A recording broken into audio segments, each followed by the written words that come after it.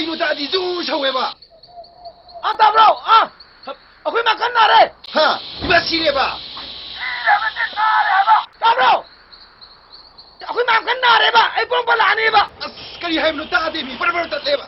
onne na ba re si re ba hari ni As ne ma ngi ma ta de bi phai. Kayno kay doroge. akhoi pong pa ta la ge ba ticket ka mo ba Ticket ka wa. Kay ticket no, phai ticket lo kayno. ho ta ra bro Kar ta. yare ko Purong par hostel da. thame Hoi, kamu yarase.